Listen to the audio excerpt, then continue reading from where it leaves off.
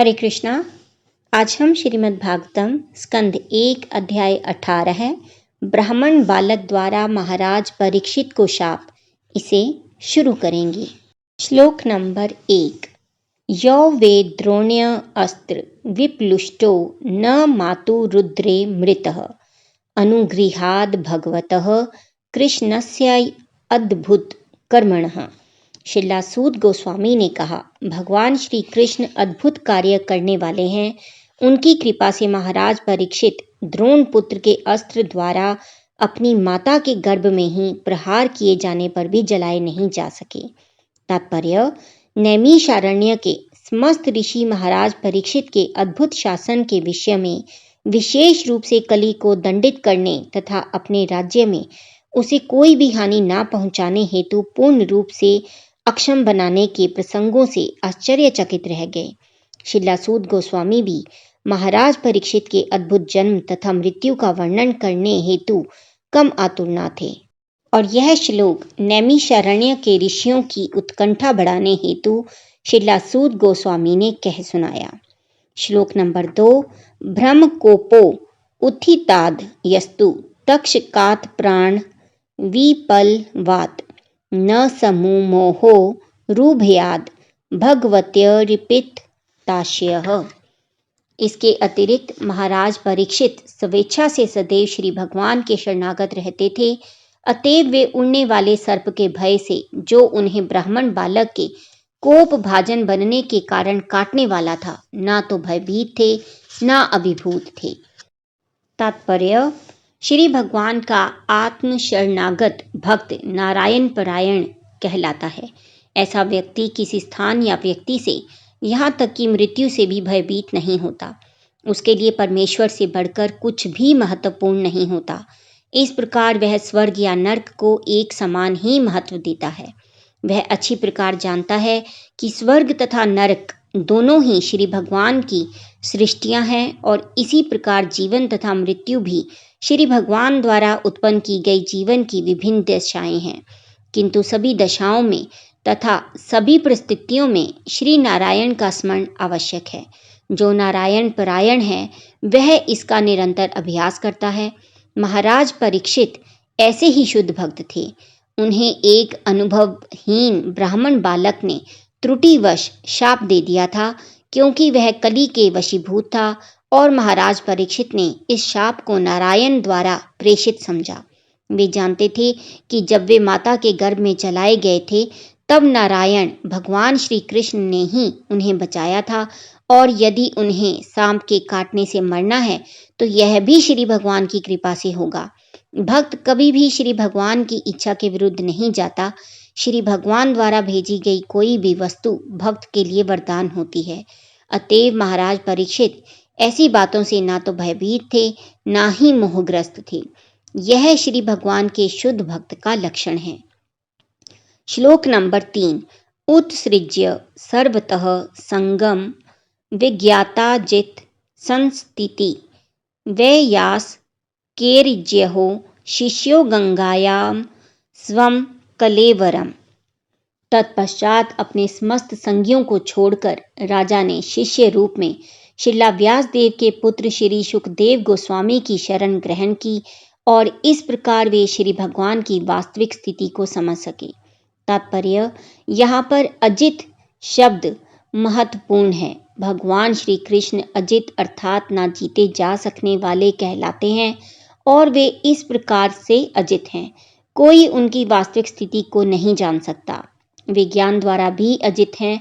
हमने उनके धाम गोलोक वृंदावन के विषय में सुना है, लेकिन ऐसे अनेक पंडित हैं जो इस धाम की कई प्रकार से व्याख्या करते हैं, किंतु श्रीला सुखदेव गोस्वामी जैसे गुरु की कृपा से, जिनकी शरण राजा ने अत्यंत विनीत विशिष्य के रूप में ग्रहण की, मनुष्य श्री भगवान की वास्तविक स्थिति, उनके सनातन धाम तथा उस धाम की दिव्य साज सामग्री को समझ सकता है।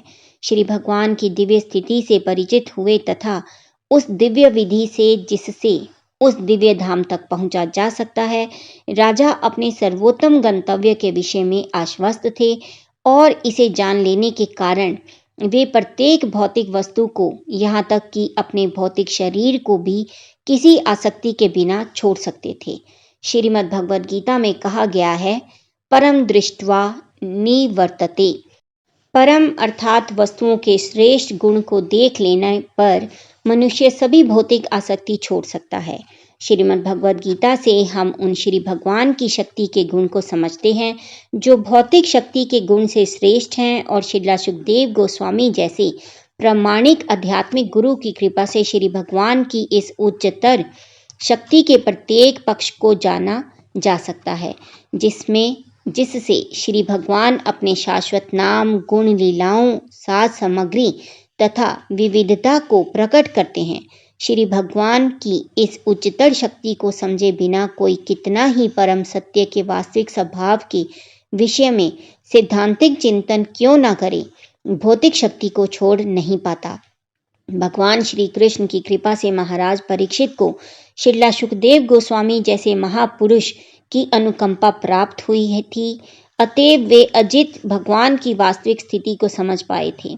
वैदिक साहित्य से श्री भगवान को ढूंढ निकालना अत्यंत कठिन है, किंतु श्रीला सुखदेव गोस्वामी जैसे मुक्त भक्त की कृपा से उन्हें समझ पाना अत्यंत सरल है। श्लोक नंबर 4। नोक्तम श्लोक वार्तानाम जुषताम तत्कथामृतम सयात संभ्रमो अंतकाले अपि स्मरताम तत्पदाम्बुजम्। ऐसा इसलिए हुआ क्योंकि जिन्होंने वैदिक स्तोत्रों से स्तुति किए जाने वाले श्री भगवान की दिव्य कथाओं के प्रति अपना जीवन अर्पित कर रखा है, और जो निरंतर श्री भगवान के चरण कमलों का स्मरण करने में लगे हुए हैं, उन्हें अपने जीवन के अंतिम क्षणों में भी किसी प्रकार की भ्रांति होने का खतरा नहीं होता। तात्पर्य, जीवन के अंतिम क्षण में श्री भगवान की दिव्य प्रकृति को स्मरण करके जीवन के सर्वोच्च सिद्धि प्राप्त की जाती है। जीवन की यह सिद्धि उसे ही मिल पाती है जिसने श्रीला सुखदेव गोस्वामी जैसे मुक्त आत्मा द्वारा गाए जाने वाले वैदिक स्तोत्रों से या उन्हीं की गुरु शिष्य परंपरा के किसी व्यक्ति से श्री भगवान की वास्तविक दिव्य प्रकृति के विषय में जाना है। वैदिक स्तोत्रों को किसी मनोधर्मी से सुनने से कोई लाभ नहीं होता, किंतु जब उन्हें किसी प्रमाणिक स्वरूप सिद्ध व्यक्ति से सुना जाता है और सेवा तथा विनय पूर्वक उसे ठीक से समझा जाता है, तब हर बात पारदर्शी रूप से स्पष्ट हो जाती है। इस प्रकार विनीत शिष्य जीवन के अंत तक दिव्य स्तर पर रह सकता है। वैज्ञानिक विधि द्वारा मनुष्य श्री भगवान को जीवन के अंत समय में भी स्मरण रख सकता है, जब शरीर के जर्जर होने से स्मरण शक्ति ढीली पड़ जाती है। सामान्य व्यक्ति के लिए जीवन के अंत समय में वस्तुओं को यथारूप में स्मरण रख पाना कठिन है, लेकिन श्री भगवान तथा उनके प्रामाणिक भक्तों या गुरुओं की कृपा से मनुष्यों को यह अवसर सहज ही प्राप्त हो जाता है, और महाराज परीक्षित के साथ ऐसा ही हुआ। श्लोक नंबर 5। तावत्कर्लीन प्रभवेत् प्रविष्टोऽपिह सर्वतः यावदीशो महानुवर्यामा भीमन्यव एकराट। जब तक अभिमन्यु का महान शक्तिशाली पुत्र संसार का सम्राट बना हुआ है, तब तक कली के पनपने की कोई गुंजाइश नहीं है। तात्पर्य, जैसा कि पूर्व में बताया जा चुका है, कली ने इस पृथ्वी में बहुत पूर्व में प्रवेश पा लिया था और वह संपूर्ण संसार में अपना प्रभाव फैलाने की ताक में था, किंतु महाराज परीक्षित की उपस्थिति के कारण वह ऐसा नहीं कर पा रहा था। यही अच्छे प्रशासन का ढंग है। कली जैसे उपद्रवी तत्व सदा ही अपने निंग कृत्यों को फैलाना चाहेंगे, लेकिन सक्षम राज्य का कर्तव्य है कि सभी प्रकार से इन्हें रोके। यद्यपि महाराज परीक्षित ने कली के लिए कुछ स्थान नियत कर दिए थे, किंतु उसी के साथ साथ उन्होंने प्रजा को कली से प्रभावित होने का कोई अवसर नहीं दिया। श्लोक नंबर 6। यस्मिन् नहिनी यहयोर्व भगवानुत ससर्ज गाम तद्देवानुवृत्तो सावधर्म प्रभवः कलिः। जिस दिन तथा जिस क्षण भगवान श्री कृष्ण ने इस पृथ्वी को छोड़ा, उसी समय समस्त अधार्मिक कृत्यों को बढ़ावा देने वाला कली इस संसार में आ गया। तात्पर्य, श्री भगवान तथा उनके नाम, यश, गुण सभी अभिन्न हैं। श्री भगवान की उपस्थिति के कारण कली पृथ्वी की सीमा में प्रवेश नहीं कर पा रहा था। इसी प्रकार यदि श्री भगवान के पवित्र नाम, गुणों आदि के सतत कीर्तन का प्रबंध हो तो कली के प्रवेश के लिए जरा भी अवसर नहीं मिल पाएगा। संसार से कली को भगाने की यही युक्ति है। आधुनिक मानव समाज में भौतिक विज्ञान के कारण बड़े बड़े विकास हुए हैं और मनुष्यों ने वायु में ध्वनि का विस्तार करने हेतु रेडियो का आविष्कार कर लिया है। अतएव इंद्रिय भोग के लिए किसी भद्दे स्वर को प्रसारित ना करके यदि सरकार श्री भगवान के पवित्र नाम, यश तथा उनके गुणों की दिव्य वाणी को जिस प्रकार से वे श्रीमद् भगवद गीता या श्रीमद् भागवतम में प्राप्त है प्रसारित करने की व्यवस्था करें तो उचित वातावरण उत्पन्न होगा। संसार में धर्म की पुनः स्थापना होगी और इस प्रकार प्रशासक गण जो संसार से भ्रष्टाचार के उन्मूलन को लेकर इतने उत्सुक हैं सफल होंगे। कोई भी वस्तु बुरी नहीं है यदि उसका उपयोग श्री भगवान की सेवा के लिए किया जाए। श्लोक नंबर 7। नानु द्वेष्टि कलीम सम्राट सारंग इव सारभुक कुशलान्याशु सिद्धयंती नेत्राणि कृतानि यत। महाराज परीक्षित मधुमक्खियों की तरह यथार्थवादी थे जो केवल पुष्प के सार का ग्रहण करती हैं।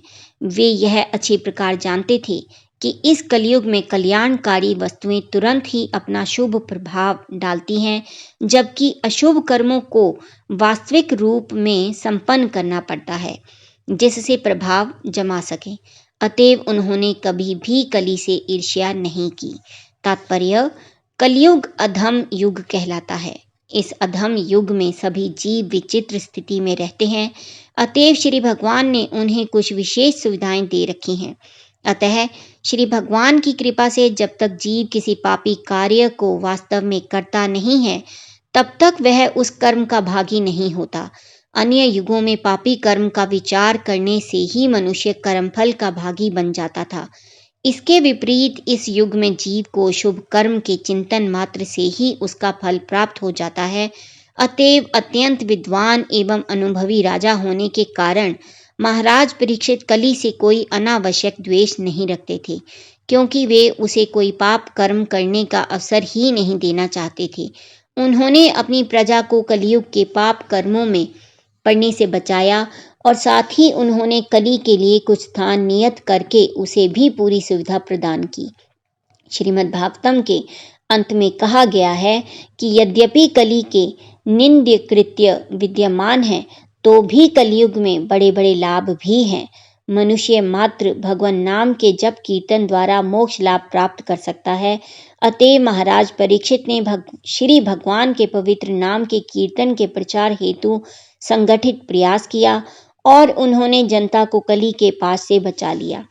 इसी लाभ के कारण कभी कभी बड़े बड़े मुनि कलयुग की जय मनाते हैं। वेदों में भी कहा गया है कि भगवान श्री कृष्ण की लीलाओं की चर्चा से मनुष्य कलयुग की सभी बुराइयों से छुटकारा पा सकता है। श्रीमद् भागवतम के आरंभ में यह भी कहा गया है कि श्रीमद् भागवतम के पाठ से परमेश्वर मनुष्य के हृदय में स्थापित हो जाते हैं। ये कलयुग के कुछ लाभ हैं और महाराज परीक्षित ने इन सशक्त लाभों को ग्रहण किया और वास्तविक वैष्णव होने के नाते उन्होंने कलयुग का बुरा नहीं सोचा। श्लोक नंबर 8। किम नु बालेषु शूरेण कलिना धीर भीरुणा अप्रमक्त प्रमतेक्षु यो वृको निरिषु वर्तते। महाराज परीक्षित ने विचार किया कि अल्पज्ञ मनुष्य कली को अत्यंत शक्तिशाली मान सकते हैं, किंतु जो आत्मसंयमी हैं उन्हें किसी प्रकार का भय नहीं है। राजा भाग के समान शक्तिमान थे और अल्पज्ञ चिंता रहित मनुष्यों की देखभाल करते थे। तात्पर्य, जो श्री भगवान के भक्त नहीं हैं वे चिंता रहित तथा मंद बुद्धि होते हैं। जब तक कोई पूर्ण रूप से बुद्धिमान न हो वह भगवत भक्त नहीं हो सकता। जो भगवत भक्त नहीं है वे कली के कार्यों के शिकार बन जाते हैं। जब तक हम महाराज परीक्षित द्वारा अपनाई गई कार्य पद्धति को स्वीकार करने हेतु तैयार नहीं हो जाते, तब तक समाज में श्रेष्ठतर परिस्थिति ला पाना संभव नहीं है। और यह कार्य पद्धति है श्री भगवान की भक्तिमय सेवा का प्रचार करना। श्लोक नंबर 9। उपवर्णित मेतद्व पुण्यम पारीक्षितम मया वासुदेव कथोपेत माख्यानम यद पृच्छत। हे मुनियों, जैसा आपने मुझसे पूछा था, अब मैंने पवित्र राजा परीक्षित के इतिहास से संबंधित भगवान श्री कृष्ण की कथाओं की लगभग सब बातें कह सुनाई हैं। तात्पर्य: श्रीमद् भागवतम श्री भगवान के कार्यकलापों का इतिहास है और श्री भगवान के कार्यकलाप भगवत भक्तों को साथ लेकर ही संपन्न होते हैं। अतएव भक्तों का इतिहास भगवान श्री कृष्ण के कार्यकलापों के इतिहास से भिन्न नहीं है।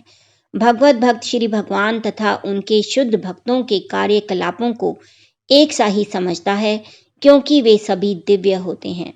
श्लोक नंबर 10। या यह कथा भगवतः कथनीयो रुक कर्मणः गुणक्रमाश्रया पुंभी संसेव यास्ता भूभूषुभिः। जो मनुष्य जीवन में पूर्ण सिद्धि प्राप्त करने के इच्छुक हैं, उन्हें अद्भुत कर्म करने वाले श्री भगवान के दिव्य कार्यकलापों तथा गुणों से संबंधित सभी कथाएं अत्यंत विनीत भाव से श्रवण करनी चाहिए। तात्पर्य: भगवान श्री कृष्ण के दिव्य कार्यकलापों, गुणों तथा नामों का नियम पूर्वक श्रवण करने से मनुष्य शाश्वत जीवन की ओर अग्रसर होता है। नियम पूर्वक श्रवण करने का अर्थ होता है उन्हें धीरे धीरे सही और वास्तविक रूप में जानना, और उन्हें इस प्रकार जानने का अर्थ है शाश्वत जीवन प्राप्त करना, जिसका उल्लेख श्रीमद् भगवद गीता में हुआ है। भगवान श्री कृष्ण के ऐसे दिव्य यशस्वी कार्यकलाप जन्म, मृत्यु, जरा तथा व्याधि, जिन्हें बद्ध जीव भौतिक पुरस्कार समझता है, उनका उपचार करने हेतु संस्तुत औषधि है। इस प्रकार जीवन की सिद्ध अवस्था की परिणति मानव जीवन का लक्ष्य है और दिव्य आनंद की उपलब्धि है। श्लोक नंबर 11। ऋषय उचुः सूत जीव समः सौम्य शाश्वतीर विशदं यशः यसत्वं शंससि कृष्णस्य मतर्यानामृतं ही न। श्रेष्ठ मुनियों ने कहा, हे सौम्य शिडलासूत गोस्वामी, आप दीर्घायु हों तथा शाश्वत यश प्राप्त करें, क्योंकि आप भगवान श्री कृष्ण के कार्यकलापों के विषय में उत्तम ढंग से बता रहे हैं। हम जैसे मर्त्य प्राणियों के लिए यह अमृत के समान है। तात्पर्य: जब हम परमेश्वर के दिव्य गुणों तथा कार्यकलापों के विषय में सुनते हैं, तो हमें सदा श्रीमद् भगवद गीता 4.9 में श्री भगवान ने स्वयं अपने संबंध में जो कुछ कहा है उसका स्मरण करना चाहिए। उनके सभी कार्य, यहाँ तक कि जब वे मानव समाज में कार्य करते हैं, तब भी दिव्य ही होते हैं, क्योंकि वे सब श्री भगवान की आध्यात्मिक शक्ति द्वारा प्रेरित होते हैं, जो उनकी भौतिक शक्ति से भिन्न है। जैसा कि श्रीमद् भगवद गीता में कहा गया है, ऐसे कार्य दिव्यम कहलाते हैं। इसका अर्थ यह हुआ कि वे सामान्य जीवों की तरह भौतिक शक्ति के वश में रहकर कार्य नहीं करते हैं और जन्म नहीं लेते हैं। ना ही उनका शरीर सामान्य जीवों के शरीर के समान भौतिक होता है, ना ही परिवर्तनशील होता है। चाहे श्री भगवान से या किसी प्रमाणिक स्तोत्र से जो व्यक्ति इस तथ्य को समझ लेता है, वह इस वर्तमान शरीर को त्यागने के पश्चात पुनः जन्म नहीं लेता। ऐसे प्रबुद्ध जीव को भगवत धाम में प्रविष्ट होने दिया जाता है, जहां वह श्री भगवान की दिव्य प्रेममयी सेवा में लग जाता है। अतएव जिस रूप में श्रीमद् भगवद गीता तथा श्रीमद् भागवतम में श्री भगवान के दिव्य कार्यकलापों का वर्णन है, उनके विषय में हम जितना ही श्रवण करते हैं, उतना ही हम उनकी दिव्य प्रकृति के विषय में जान पाते हैं और उतना ही भगवत धाम के पथ पर अग्रसर होते हैं। श्लोक नंबर 12 है। कर्मण्य अस्मिन् श्वासे धूम धूर्मात्मनाम भगवान अपाययति गोविंद पाद पद्म सवम मधु। हमने अभी अभी इस काम कृत्य यज्ञ की अग्नि को संपन्न करना प्रारंभ किया है और हमारे कार्य में अनेक अपूर्णताएं होने के कारण इसके फल की कोई निश्चितता नहीं है। हमारे शरीर धुएं से काले हो चुके हैं, लेकिन हम भगवान गोविंद के चरण कमलों के अमृत रूपी उस मधु से सचमुच तृप्त हैं, जिसे आप हम सबको वितरित कर रहे हैं। तात्पर्य, नैमिषारण्य के मुनियों ने जो यज्ञ अग्नि जलाई थी वह निश्चय ही धुएं तथा संशयों से भरी थी, क्योंकि उसमें अनेक दोष थे। पहली कमी यह थी कि इस कलयुग में ऐसा यज्ञ कार्य संपन्न कराने वाले दक्ष ब्राह्मणों का नितांत अभाव है। ऐसे यज्ञों में यदि कोई दोष रह जाता है तो पूरा खेल बिगड़ जाता है और फल भी अनिश्चित रहता है, जैसा कि कृषि उद्यम में होता है। धान के खेत को जोतने से अच्छा फल तभी मिलता है जब अच्छी वर्षा हो, अन्यथा फल अनिश्चित है। इसी प्रकार से उस कलयुग में भी किसी भी प्रकार का यज्ञ संपन्न कराना अनिश्चित रहता है। कलयुग के निर्लज लोभी ब्राह्मण अबोध जनता को ऐसे अनिश्चित यज्ञों का दिखावा करने हेतु फुसलाते हैं और उन्हें यह शास्त्रीय आदेश नहीं बताते कि कलयुग में कोई भी सकाम यज्ञोत्सव संभव नहीं, किंतु इस युग में मात्र एक ही यज्ञ संभव है और वह है भगवान नाम का सामूहिक कीर्तन। श्रीला सूत गोस्वामी एकत्र हुए मुनियों के समक्ष श्री भगवान के दिव्य कार्यकलाप सुना रहे थे और वे सब इन दिव्य कार्यकलापों के सुनने के फल का अनुभव कर रहे थे। कोई भी इसे व्यवहारिक रूप से उसी प्रकार अनुभव कर सकता है जिस प्रकार भोजन करके उसके फल का अनुभव किया जा सकता है। आध्यात्मिक अनुभूति इस प्रकार कार्य करती है। नैमिषारण्य के मुनि यज्ञ की अग्नि से उठने वाले धुएं से कष्ट पा रहे थे और फल के विषय में भी संशयपूर्ण थे, किंतु श्रीला सूत गोस्वामी जैसे अनुभूत व्यक्ति से सुनने के कारण वे पूर्ण रूप से संतुष्ट हुए थे। ब्रह्म वैवर्त पुराण में श्री विष्णु शिव से कहते हैं कि कलयुग में मनुष्य विविध प्रकार की चिंताओं से घिरे होने के कारण सकाम कर्म तथा दार्शनिक चिंतन में व्यर्थ ही परिश्रम करेंगे, किंतु यदि वे भक्तिमय सेवा में लगें तो परिणाम अधिक निश्चित होगा और शक्ति का भी क्षय नहीं होगा। दूसरे शब्दों में, श्री भगवान की भक्तिमय सेवा के बिना आध्यात्मिक साक्षात्कार के लिए या भौतिक लाभ के लिए जो कुछ भी किया जाएगा वह फलदायी नहीं हो सकता। श्लोक नंबर 13। तुल्याम लवे नापि न स्वर्गम ना पुनर्भवम भगवत संगी संगस्य मतर्यानाम किमुता शिशः। भगवत भक्त के साथ क्षण भर की संगति के महत्व की तुलना ना तो स्वर्ग लोक की प्राप्ति से ना भौतिक पदार्थ से मुक्ति से की जा सकती है, तो फिर भौतिक संपन्नता रूपी सांसारिक वरदानों के विषय में क्या कहा जाए जो मरणशील मनुष्यों के लिए हैं। तात्पर्य, एक वस्तु की तुलना दूसरी वस्तु से तभी की जा सकती है जब दोनों में कुछ समान बातें होती हैं। हम शुद्ध भक्त की संगति की तुलना किसी भौतिक वस्तु से नहीं कर सकते।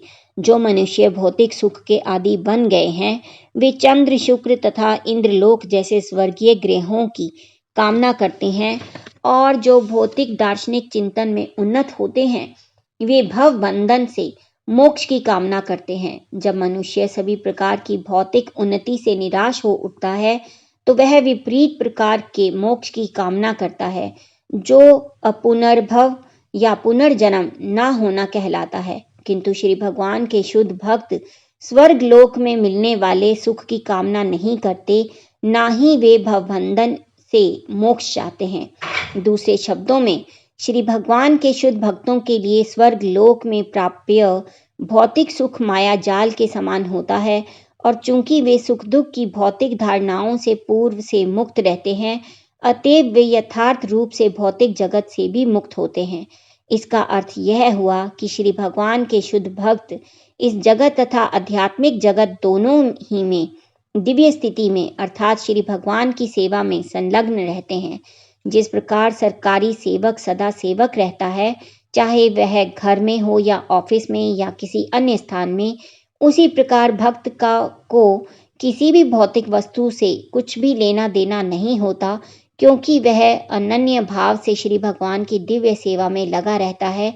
चूंकि उसे किसी भौतिक वस्तु से कोई सरोकार नहीं होता, अतएव उसे भौतिक वरदानों से क्या मिलने वाला है, चाहे वह राजपद हो या इससे भी बड़ा कोई अन्य पद, जो ये शरीर के नष्ट होते ही समाप्त हो जाते हैं।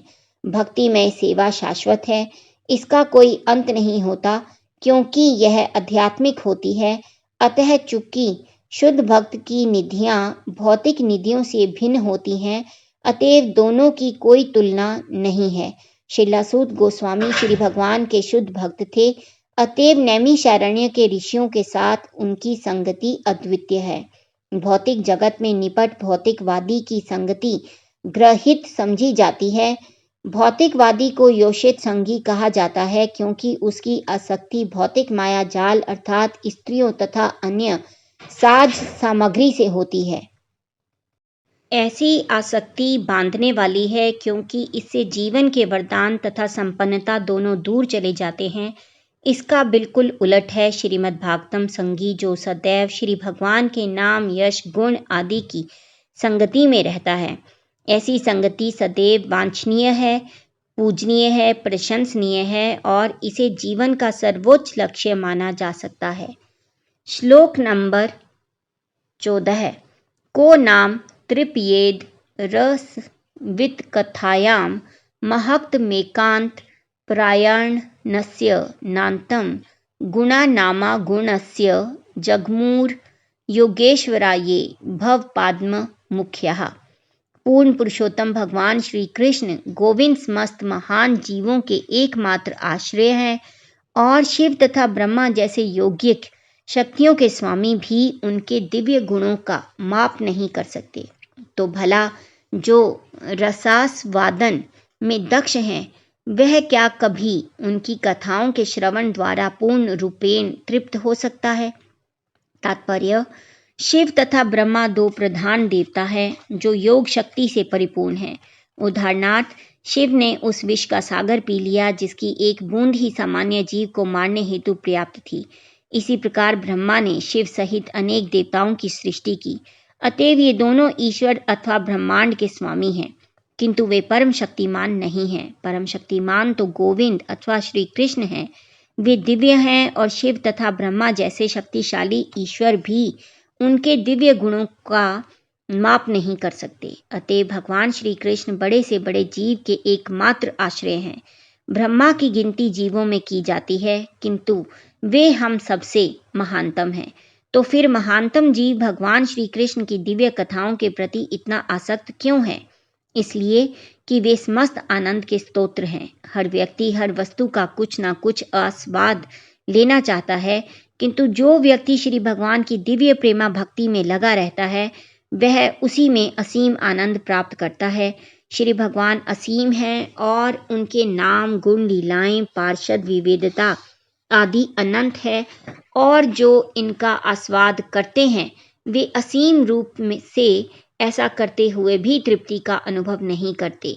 इस तथ्य की पुष्टि पद्म पुराण से होती है। रमन्ते योगिनो अनंते सत्यानंद चिदात्मनि इति राम पे पदे नासो परम भ्रम भी दीयते। योगी जन परम सत्य से असीम दिव्य आनंद प्राप्त करते हैं, इसलिए परम सत्य भगवान श्री राम भी कहलाते हैं। ऐसी दिव्य वार्ताओं का कोई अंत नहीं है। संसारी विषयों में तृप्ति का नियम होता है, लेकिन अध्यात्म में ऐसी तृप्ति नहीं है। श्रीलासूत गोस्वामी नैमिषारण्य के ऋषियों के समक्ष भगवान श्री कृष्ण की कथा को जारी रखना चाह रहे थे और ऋषियों ने भी उनसे निरंतर सुनते रहने की अपनी इच्छा व्यक्त की। चूंकि श्री भगवान दिव्य हैं और उनके गुण दिव्य हैं, अतएव ऐसी वार्ताएं शुद्ध श्रोताओं के ग्राही भाव को बढ़ाती हैं। हरे कृष्णा। आज का पठन हम यहीं समाप्त करेंगे और कल हम 15वें श्लोक से पढ़ना शुरू करेंगे। तब तक आप जपते रहिए हरे कृष्णा कृष्णा कृष्णा हरे हरे, हरे राम राम राम हरे हरे। हरि बोल।